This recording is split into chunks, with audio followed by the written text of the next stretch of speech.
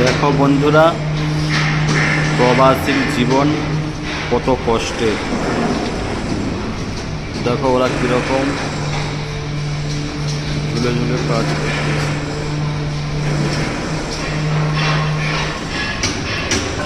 কত কষ্টের কাজ। মাইওয়ান ঠুকতিছে। এটা আছে গাড়ির পার্কিং। স্টিল বানতিছে। ওই যে ওপরে দেখো,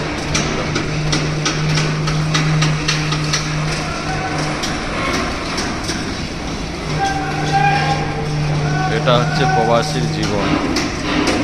প্রবাসীতে বাইরে যারা থাকে তাদের কোনোদিন সুখ শান্তি কিছু নেই। এরকম কষ্টের মধ্যে ঝুলে ঝুলে কাজ করছে।